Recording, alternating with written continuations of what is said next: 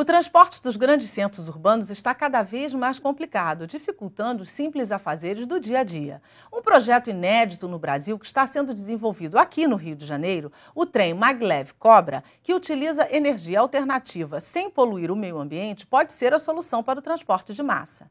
Vamos conhecer essa nova tecnologia no programa Alerj Debate de hoje, conversando com o deputado Halley Ramalho e com o doutor em Engenharia de Transportes e pesquisador da UFRJ, Eduardo Davi.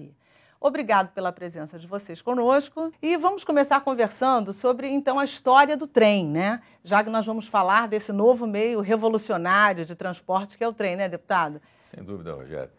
E eu queria aproveitar, né, porque o doutor Eduardo, ele lançou um livro agora, eu gostaria até de mostrar esse livro, que fala justamente, Rogério, da história do passado, do presente e do futuro do trem no Brasil. O que significa isso para todo cidadão brasileiro, para aqui para o nosso pessoal do estado do Rio, carioca, quais são as possibilidades que nós temos de melhorarmos o transporte de massa em nossa cidade. Então, eu acho importante que o doutor Eduardo passe para nós aqui agora, doutor Eduardo. Primeiro, o lançamento do seu livro, que é um livro importante para a nossa história, e conversando conosco, quais são as etapas desse livro, quer dizer, falando do início da ferrovia no Brasil, né? A parte da história e o futuro dessa ferrovia. Bom, esse livro ele foi fruto de uma pesquisa que nós fizemos em um ano na Alemanha e nós estávamos, o título dele é O Futuro da Estrada de Ferro no Brasil, porque esse ano, em 2009, nós estamos comemorando 150 anos que foi publicado um título com um livro com esse mesmo título. Esse livro é da autoria de Cristiano Benedito Ottoni. E Ottoni é considerado o patrono das ferrovias no Brasil. E ele que comandou a criação da Estrada de Ferro Dom Pedro II, que não foi a primeira ferrovia. A primeira ferrovia foi a ferrovia do Barão de Mauá. Mas, no entanto, essa ferrovia do Cristiano Ottoni, ela foi tão bem feita que ela está operando até hoje. Enquanto que as ferrovias pioneiras, elas foram todas erradicadas.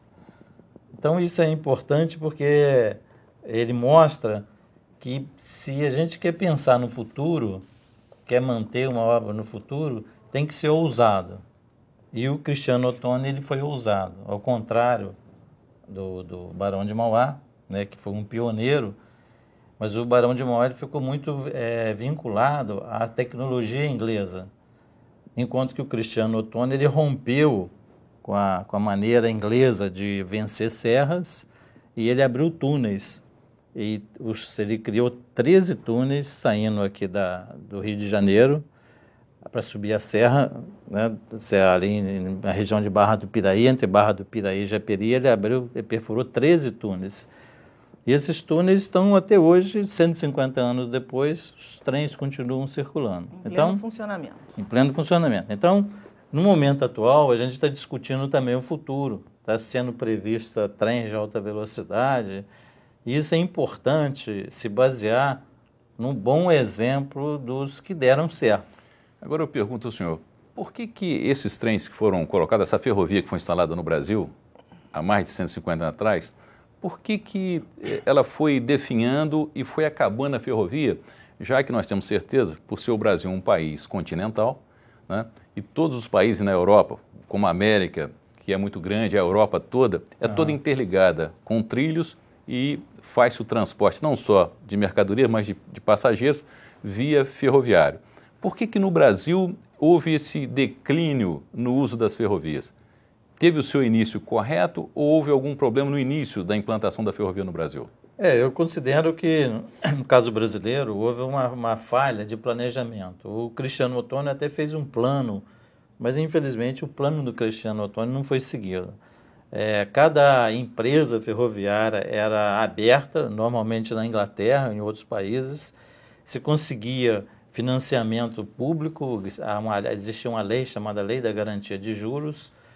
Então, o empresário investia na linha, recebia aquele rendimento, 5% mais 2% das províncias, né, que seriam hoje os estados. Então, era um empreendimento financeiro. E o Brasil chegou a ter 10 bitolas diferentes. Então, isso, sem dúvida, dificultava o deslocamento da mercadoria. Nos Estados Unidos chegaram a ter 13 bitolas, mas o governo americano, Lincoln, quando viu a dificuldade que era passar armamento de uma ferrovia para outra, ele determinou que fosse unificada a bitola. No Brasil isso nunca foi feito. Então no Brasil nós temos dois grandes sistemas, o de bitola de 1,60 m e o de bitola de 1 metro.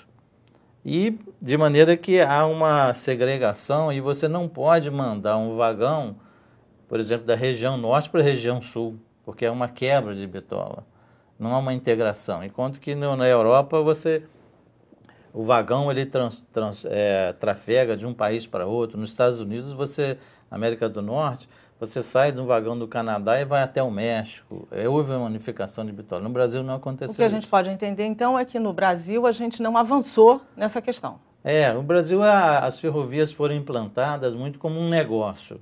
Havia um negócio de fazer uma concessão. Era muito comum fazer um leilão, se abrir uma concessão, mas não fazia a obra. E aquele papel, aquele direito valorizava a cada dia mais. Então valorizava sem precisar fazer a obra.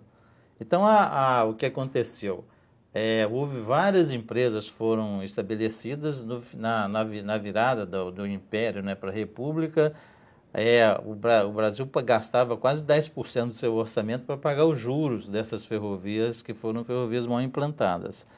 E que, teoricamente, não deram certo, assim, as coisas não evoluíram à medida que deveriam evoluir. Elas sobreviveram enquanto não tinha concorrência.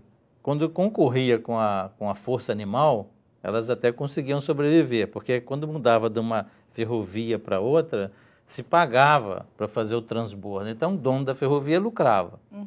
Mas quando surgiu o rodoviarismo, que foi na virada do século passado, aí o que aconteceu? Essas ferrovias que eram muito extensas, porque havia uma lei que estabelecia que quem construía ganhava por quilômetro. Então, quanto mais longo fosse a ferrovia, mais curva ela fizesse, mais se ganhava. Maior o lucro. Maior o lucro.